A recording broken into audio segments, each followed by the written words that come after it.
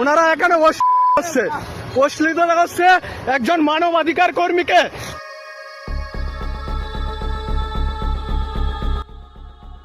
সম্পর্ক যাই থাক না কেন, পরিবেশ পরিস্থিতি অনুযায়ী শালীনতা বজায় রাখা শুধু উচিতই নয়, এটা সবার নৈতিক দায়িত্ব।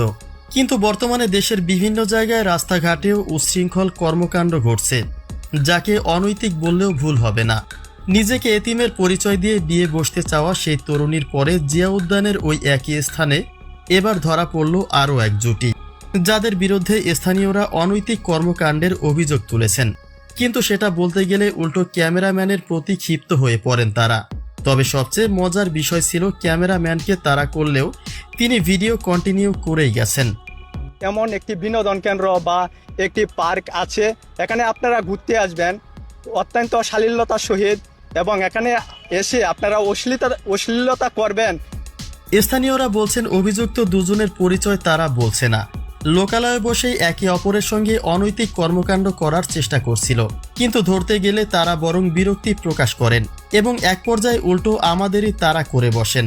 তাদের মাঝে কি সম্পর্ক রয়েছে সেটা তারা বলছে না, কিন্তু লোকালয়ে এমন কর্মকাণ্ড নিশ্চয়ই শাস্তিযোগ্য অপরাধ। তারা যদি স্বামী স্ত্রী হয়ে থাকেন তবুও চাহিদা মেটাতে তাদের বাসা বাড়িতে যাওয়া উচিত ছিল, অথচ অন্যায় তো করেছে, তার সঙ্গে উল্টো ক্ষোভ ঝাড়ছে যিনি ভিডিওটি ধারণ করেছেন তার উপরে। এখানে এসে আপনারা অশ্লীলতা করবেন, সেটার প্রতিবাদ করলে আপনারা আবার অত্যাচার করবেন, অন্যায় করবেন।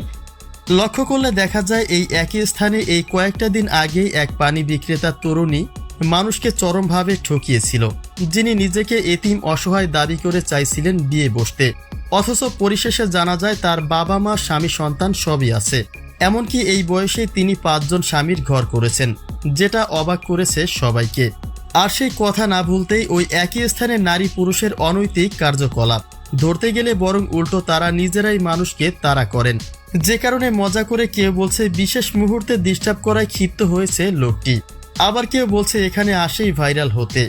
এদেরকে আইনের হাতে তুলে দিলে যথাযথ শাস্তি নিশ্চিত করা যায়।